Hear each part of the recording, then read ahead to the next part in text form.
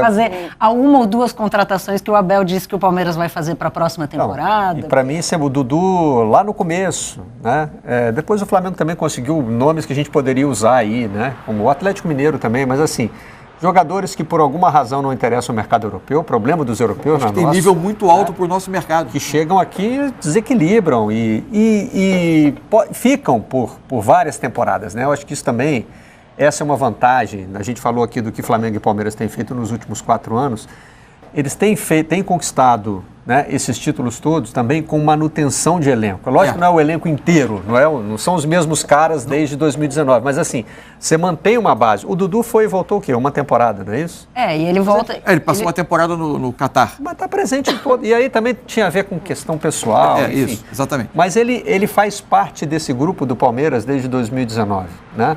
E ele é praticamente o único nome grande, né? O Palmeiras fez contratações agora nessa última janela caras, mas de nomes que são, né, promessas, mas é praticamente a única contratação de peso que volta, né, para o Palmeiras na era Abel. Né? Então foi inclusive existe muito esse estilo de contratação do Palmeiras. Ele não está na primeira Libertadores, né? Ele não está na primeira Libertadores, né, do Palmeiras, ele chega depois. Até joga o Mundial contra lá, né? Hã? Joga o Mundial contra o Palmeiras. Joga o Mundial em fevereiro, não pelo Palmeiras.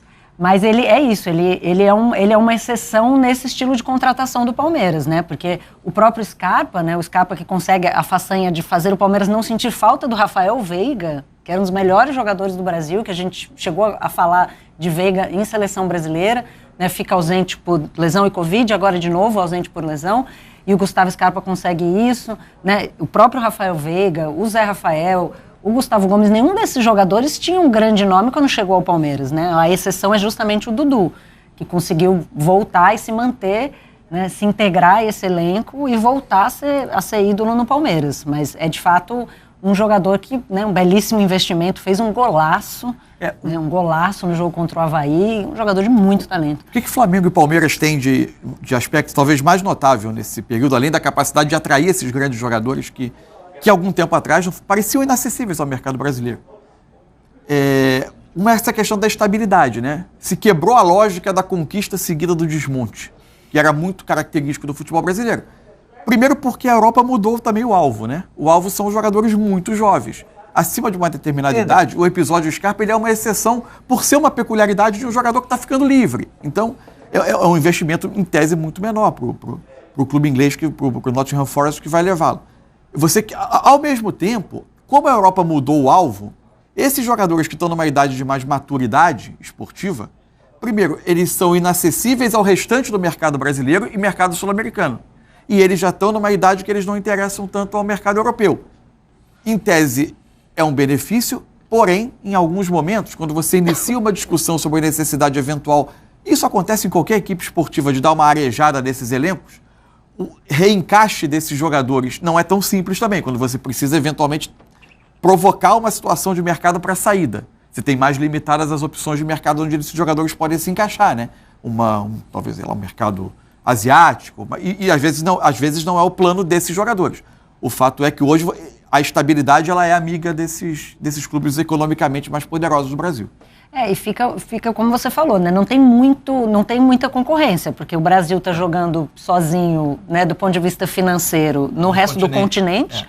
E dentro do Brasil, Palmeiras e Flamengo descolaram, né? O Atlético Mineiro tem uma questão financeira também, embora com muita dívida, mas tem uma força financeira de contratação, fez grandes contratações que não surtiram efeito esse ano, né? Ficou fora da Libertadores e agora vai, né, mal no campeonato, considerando o investimento.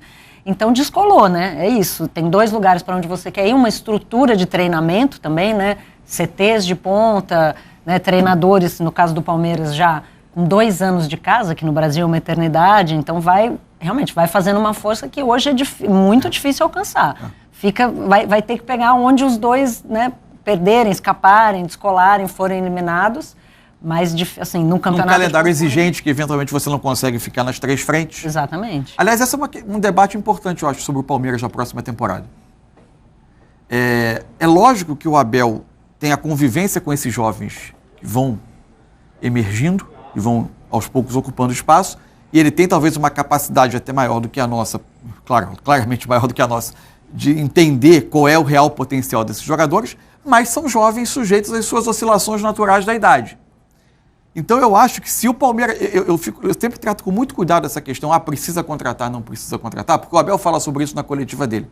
Ele diz que o Palmeiras vai contratar muito pouco, vai contratar um ou dois jogadores que não precisa contratar. Eu sempre tenho muito cuidado de empurrar a goela abaixo. O clube precisa contratar, porque às vezes depois a gente vai reclamar quando o compromisso não é cumprido. Então o clube tem que saber as suas possibilidades.